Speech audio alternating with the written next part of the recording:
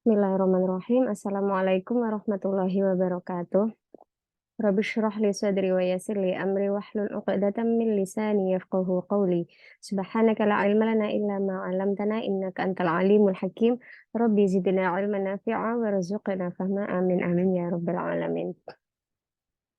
Baik, jumpa lagi dengan saya. Kali ini saya akan ngebahas di Nahwu Mustawa Salis karena dari kemarin kita baru Nahwu Mustawa atau level 2 dan level 4 ya. Kali ini kita akan membahas Nahwu level 3.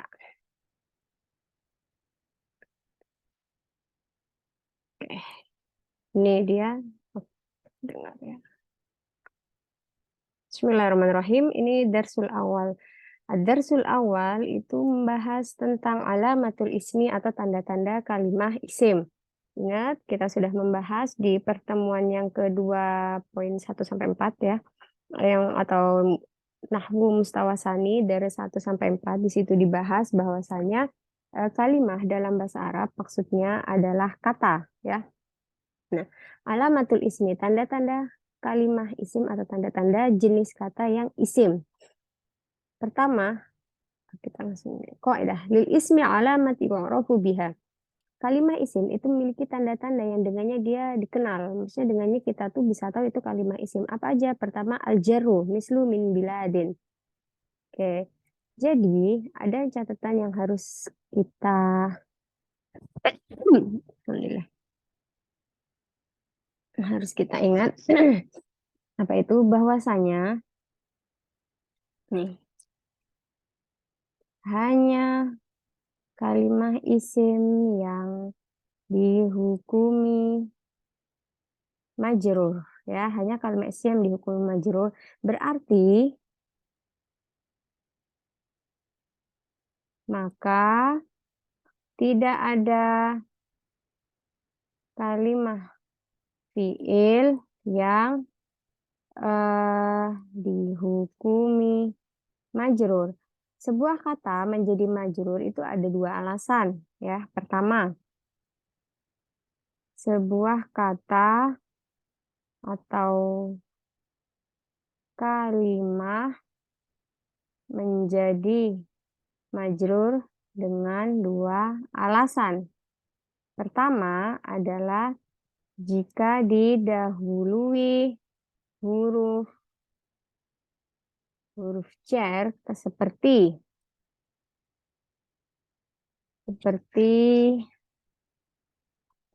min ya, ini harokatnya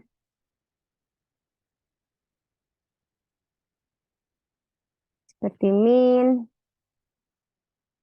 ila, on, ala, dan lain-lainnya. Huruf jar kita insya Allah semua sudah tahu ya. Kedua, jika menjadi mudhof ilaih. Nah, jadi jika dia menjadi mudhof ilaih, maka dia dihukumi majrur. Oh, ada tiga ya, maaf. Ada tiga alasan. Nah, yang ketiga adalah jika menjadi tabi'. Tabi itu apa aja nanti akan dipelajari di Mustawarobi dan itu sudah ada yang kita pelajari ya tentang tabi itu di Mustawarobi. Silahkan kalian lihat video yang berarti 4 ya. Maksudnya dia bilang ke angka 4 karena itu maksudnya adalah nahwu mustawa robi atau nahwu mustawa 4 level 4 maksudnya. Itu. Nah, fiil itu tidak bisa didahului huruf jar. Yang mendahului huruf jar itu hanya amil nasib atau amil jazm. Jadi fiil mudhari ya, terutama itu apa namanya? Karena yang dihukum i'rab itu hanya fiil mudhari. Fiil madi atau amar itu tidak ya. Oke, kembali ke sini jika jadi menjadi mudhaf ilaih fiil tidak ada yang bisa menjadi mudhaf ilaih. Mudhaf ilaih itu pasti kalimah isim ya. Kemudian menjadi tabi. Nah, tabi juga tabinya ya terhadap isim. Tabi isim terhadap isim pastinya nggak bisa terhadap fiil begitu. Jadi yang eh, hanya kalimat isim yang nomor satu tanda kalimat isim yang pertama adalah jar karena memang hanya kalimat isim yang hukumnya majrur gitu.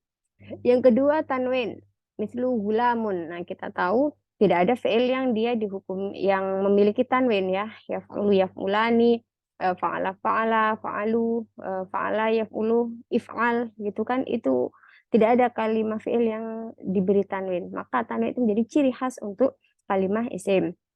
Selanjutnya nida. Nida itu panggilan ya. Kan tidak mungkin kita memanggil sebuah pekerjaan, wahai berdiri gitu. Kan maksudnya orang yang berdiri pastinya. Tapi kita tidak bisa memanggil sebuah pekerjaan. Dukhulu alaihi, ada alif lam. Nah, biasanya yang kita ketahui, kalau ada alif lam berarti tidak ada tanwin. Tidak ada tanwin, tidak ada alif lam, kan seperti itu. Nah, di sini sebenarnya ada kata dia tuh tidak ada alif lam, tapi dia juga tidak ada tanwin. Apa itu? Yaitu ketika menjadi mudhof. Ketika menjadi mudhof, mudhof itu tidak bisa diberi alif lam. Tapi kalau mudhof ilaih boleh diberi alif lam atau tidak. Tapi yang mudhof atau yang depan ya, itu kita tidak bisa memberi alif lam. Contoh, apa tadi? Mudhof. Oh ya, kan tadi syarat keempat ya. Biasanya yang kita ketahui sebuah kalimah kalau nggak ada alif lam berarti dia ditanwin ya kan. Kalau ada tanwin berarti dia tidak boleh ada alif lam kecuali mudhof. Mudhof tidak bisa diberi tanwin maupun al ya, maupun alif lam. Tetapi kok tapi nggak ada tapinya, maaf ya. Kayaknya dia tidak bisa diberi tanwin maupun alif lam, tapi dia pasti wajib kalimah isim ya. Yang namanya mudhof pasti kalimah isim. Tidak ada fi'il yang dia menjadi mudhof. Ingat, tidak ada fi'il yang menjadi mudhof. Maka contoh misal taubu. Taubu Muhammadin. Nah, ini lafadz taubu nggak bisa kita kasih alif lam dan tidak bisa kita kasih tanwin karena dia nanti didofahkan ke lafadz Muhammad. Selanjutnya isnad ilaih bi ayyakuna fa'ilan mislu taqaddam ilai wafdu ahli Hijaz au ayyakuna mubtada'an mislu nahnu wafdu tahni'ah. Nah, syarat atau tanda kalimat isim yang kelima adalah dia menjadi isnad ilaih. Isnad ilaih itu ada dua.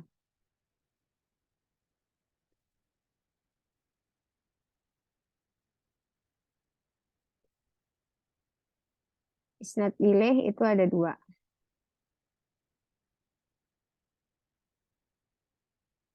Yang pertama adalah ketika dia menjadi fa'il. Nah, kita tahu ya bahwasanya pelaku pekerjaan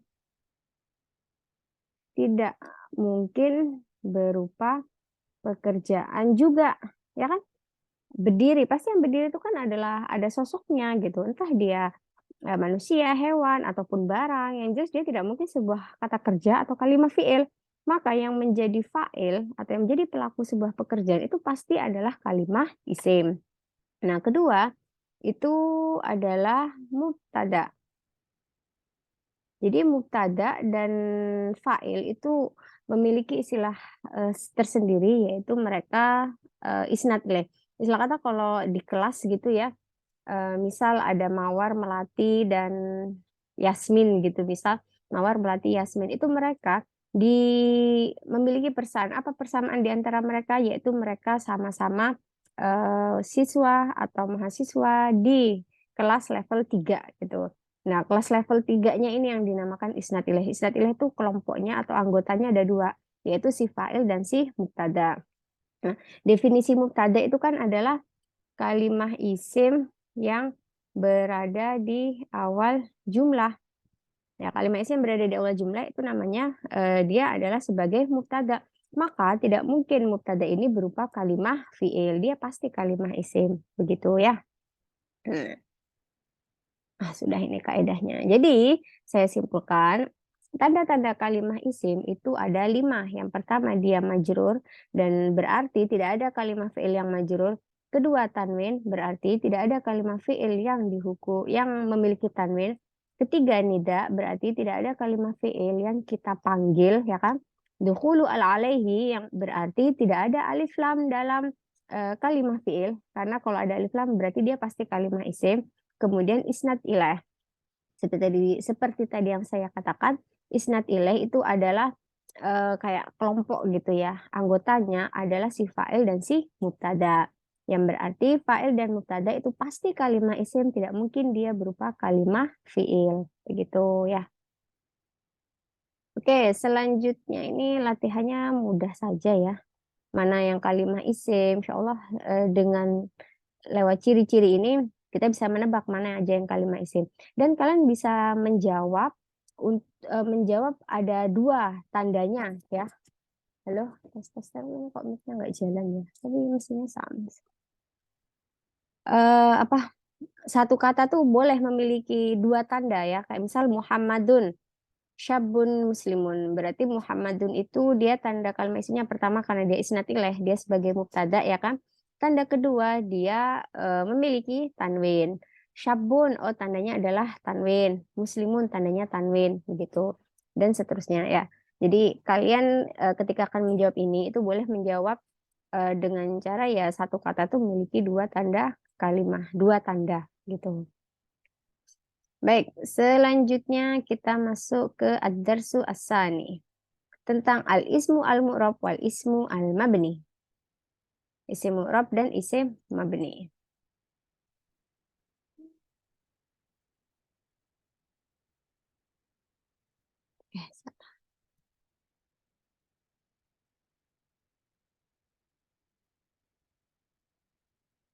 Eh, Al-ismu al-mu'rab wal mabni. Isim mu'rab dan isim mabni.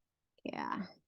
Apa itu murab? Apa itu mabni? Pertama kita lihat al-ismu al-murab. Apa itu? Huwal ismu alladzi la yazimu akhiru halah wahidah.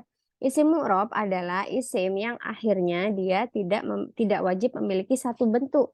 Maksudnya akhir katanya itu bisa berubah-berubah. Seperti lafadz Khalid, mislu Khalid. Pada lafadz Khalid kalian bisa diharokati dhammah seperti contoh hadara Khalidun ya. Contoh hadara Khalidun.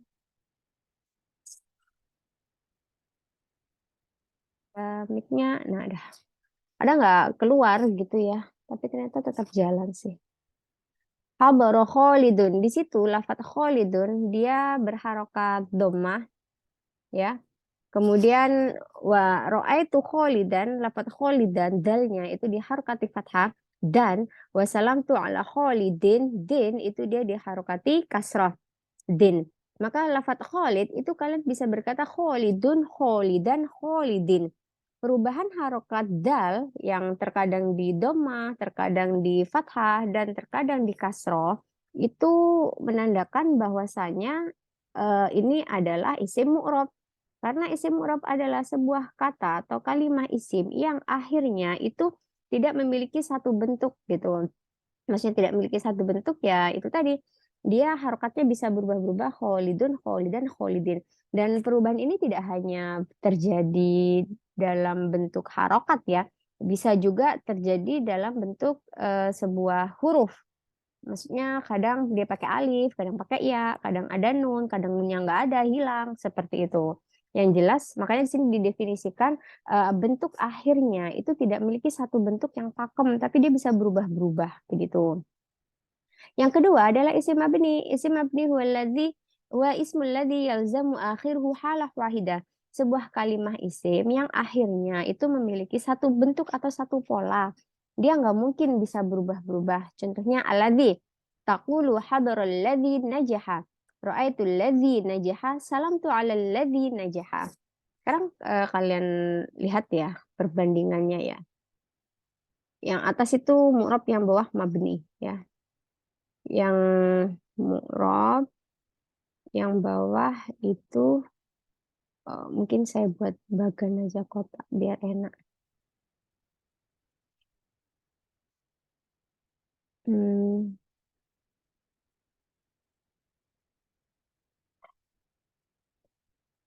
yang atas mu'rab, yang bawah mabni. Perhatikan perubahannya. Hadara Khalidun. Nih ya, dia diharokati dhammah. Kalau contoh yang mabni, hadaral ladzi najaha. Saya tidak itu ya. Ladzinya nggak usah ditulis. Apa najahanya nggak usah ditulis karena itu juga poinnya bukan di lafadz najahanya ya, tapi poinnya adalah di lafadz alazinya. Hadoro Khalidun. Ro'aitu Khalidan. Nah, ini ro'aitul ladzi. Salamtu ala Khalidin. Mungkin yang ini saya bedain dikit. Yang ini salamtu alalladzi najaha. Nah, perhatikan ya. Untuk lafadz Khalidun ini dia diharokati dhammah.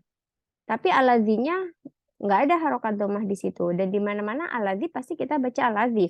Nggak ada. Kalian bisa cari di Al-Quran, kalian nggak mungkin menemukan aladzi itu menjadi aladziyu. Itu tidak ada. Pasti dia hanya pilihannya ya lafadz aladzi doang, nggak ada aladziyu. Ya. Ra'aitu Khalidan. Dalnya di fathah. Kalau di sini dalnya di dhammah ya. Saya tandain tebel. Nanti lihat. Nah, jadi Khalidun, Khalidan, Khalidin. Dia perubahannya kalau enggak dhammah, fathah, kasroh. Ya kan? Tapi alladzi dia tidak berubah. Dia tetap hanya alladzi, alladzi, alladzi. Dia tidak ada harokat alladziyu, alladzia, alladzi. Itu tidak ada. Hanya alladzi. Ya, entah dia di sini dihukumi marfu, mansub, ataupun majrur.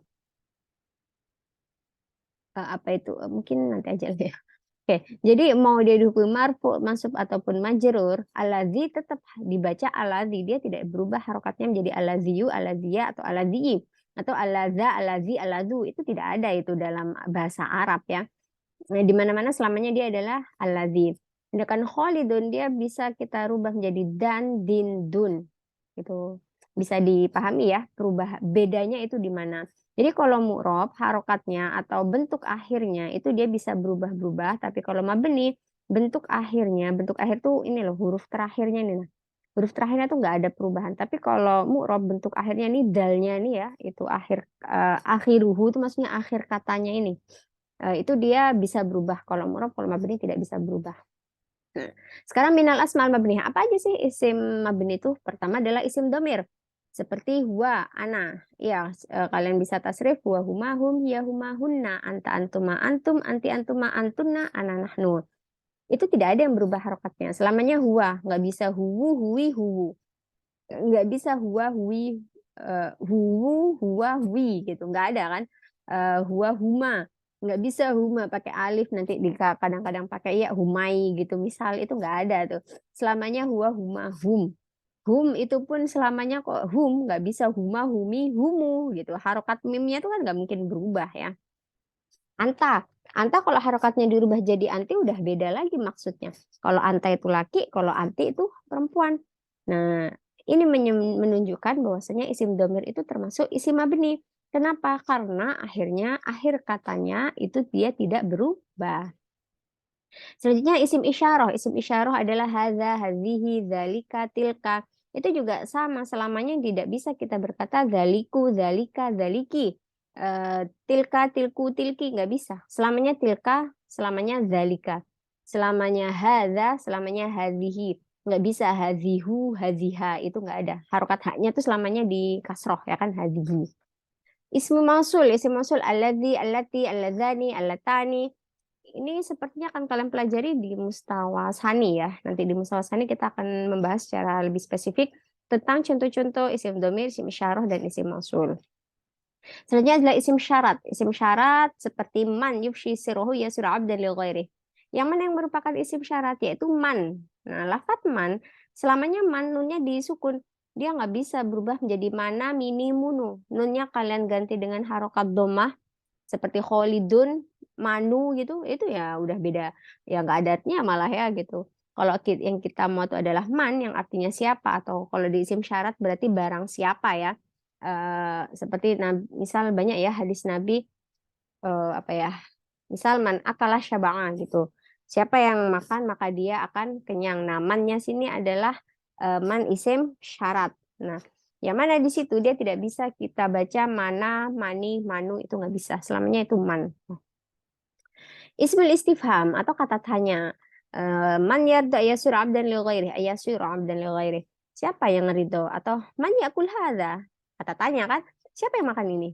Jadi ini tuh sama-sama man, tapi kalau man yang pertama itu sebagai isim syarat dan man yang kedua itu sebagai isim istifham. Sama kayak di bahasa Indonesia kan, misal kita berkata man ya aku, siapa yang makan ini gitu. Kata siapanya itu kan sebuah kata tanya, siapa yang makan ini. Tapi kalau man yang isim syarat, siapa yang belajar dia akan berhasil. Nah, siapanya, kata siapa yang belajar, siapanya ini kan dia bukan kata tanya ya. Kita tidak sedang menanyakan siapa ini yang belajar, nggak seperti itu. Tapi kita berstatement syarat ini tadi, siapa yang belajar maka dia akan berhasil gitu. Nah, wal ismu mabni yu'rabu hasba mawqi'i fil jumlah. Isim mabni itu sebenarnya dia juga di i'rabi ya. Tapi dia nanti kalau kita i'rab tuh bahasanya tuh fi mahali gitu. Misal ya, eh hadza kitabun. Hadza kitabun. Nah, i'rabnya itu pertama hadza ismul isyarah. Ismul isyarah mabniyun alas sukun. Nah, kalau mabni itu kalian cukup melihat huruf terakhirnya itu harokatnya apa. Hadza ini kan huruf terakhirnya alif ini dan itu kan nggak punya harokat ya. Berarti dia mabninya ala sukun. Huwa itu kan huruf terakhirnya waw dan itu di fathah. Berarti dia mabni ala fathi gitu. Nah, kalau hadza berarti mabni ala sukun karena alifnya itu dia tidak memiliki harokat. Mabniun ala sukun. Nah, setelah itu fi mahali kok buka sih? Fi mahali raf'in. Nah, dia sebagai mahal rofa mubtadain karena dia sebagai mubtada. Kan dia kalimah isim. Hadza tuh kalimah isim, ya kan? Dan dia berada di awal jumlah, maka dia statusnya adalah sebagai mubtada. Itu. Nah, kita tidak bisa berkata hadza itu enggak ya? Ini nah dah. Halo.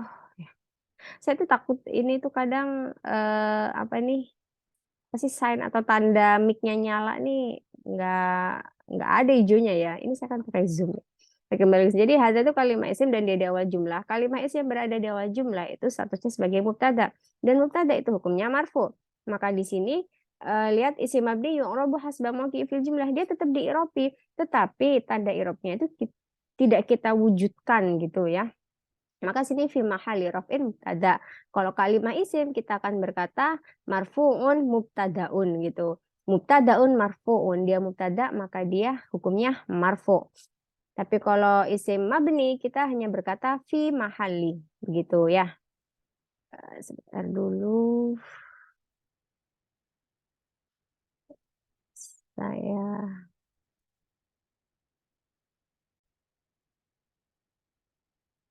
Oke, maaf ada gangguan sedikit. Nah, kembali ke sini ya. Baik, jadi kalau dia isim mabni, maka kita dia bukan berarti tidak memiliki apa ya, posisi dalam jumlah atau i'rab gitu. Ya, tetap isim mabni itu memiliki i'rab dalam artian bukan berubah ya. Tapi dia ya kayak gini, dia tetap mubtada tapi kita tidak berkata dia mubtada marfu, tapi fi mahali raf'in sebagai mubtada. Begitu ya cara mengi'robinya. Nah, sekarang kita lihat latihannya. Karena ini mungkin agak masuk rob mabni ya. Ain fi mayati ismul mabni wa na'uhu. Nah, kita disuruh mencari mana yang isim mabni. Ingat isim, maka fokus pada kalimah isim. Jangan melihat kalimah fiil karena kita hanya membahas kalimah isim saja ya. Berarti jangan melihat kalimah fiilnya, cukup isimnya saja. Alladzi. Ini pertama alladzi, fadzalika. Alladzi. Dzalika tadi isim isyarah, alladzi isim mausul. Kalau isim mabni itu kan udah jelas ya, dia hanya ada berapa nih? 5. 1, 2, 3, 4, 5. 5 nih aja. Jadi kalau dia termasuk salah satu dari 5 jenis ini, berarti dia adalah isim mabni. Akmil bismil isyarah. Jawablah dengan isim isyarah. Qara'tu titik-titik majalata ini. Ingat isim isyarah. Isim isyarah itu apa saja? Nih, lihat. Huwa adalah hadza, hadhihi. Nah, tapi isim isyarah itu harus sesuai dengan musyar ilaih atau apa yang ditunjuk. Majalata ini apa musanna kan ya, dia dua, berarti jawabannya bukan hadza hazihi, Kemudian ini majalata ini ada tak yang berarti dia mu'annas. Maka jawabannya qara'tu hataini gitu. Bukan hadaini tapi hataini. Hataini itu adalah bentuk isim isyarah yang menunjukkan arti musanna mu'annas atau dua mu'annas. Oke, silakan jawab sisanya. Kalau kalian lupa, apa saja sih isim isyarah itu gitu bisa ngeliat di buku yang level 2 ya atau mustawasani. Huwa ila syai asra. Nah, kita lihat sini ya. Mubtadaun dhamirun mabniun 'alal fathi. Kenapa dia mabni 'alal fathi? Karena harokat akhirnya di fathah. Huwa. Wawunya itu kan huruf akhir dan itu harokatnya fathah. Berarti dia mabni 'alal fathi. Mubtada. Gimana pun dia menjadi mubtada, maka fi mahali raf'in. Ila harfu jarin ifsyaihi majrur bi ila wa alamatu jari al kasroh. Nah, seterusnya silahkan dibaca ya. Mayubshi sero mana nih tadrib sani? Oh, salis ini. Akmil bismil mausul. Nah, isim mausul itu adalah alladzi, allati, alladzani, allatani, dan seterusnya. Nah, apa saja di sini? Khoroja, titik-titik, dakhola.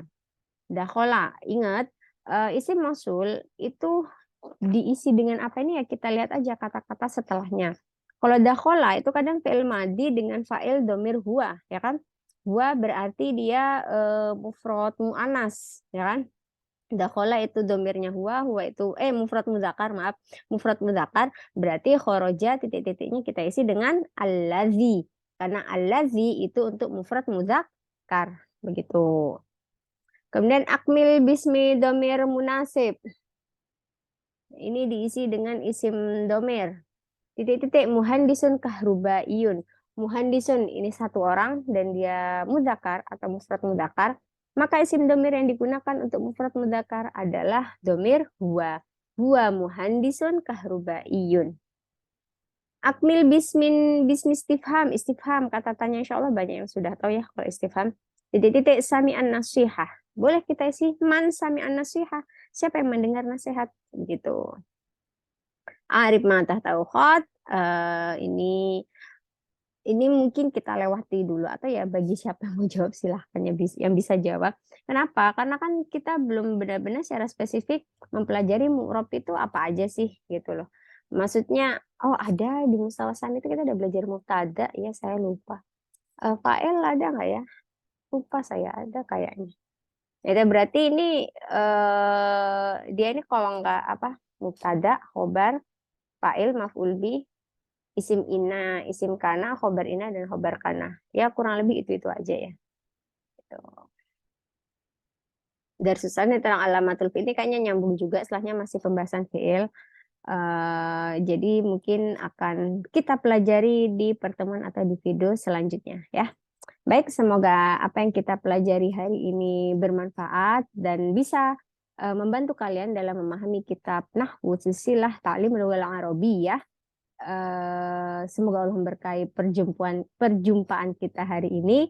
Kita tutup dengan hamdalah alhamdulillahirabbil alamin. Subhanakallahumma bihamdika asyhadu an la ilaha illa anta astaghfiruka wa atubu ilaik.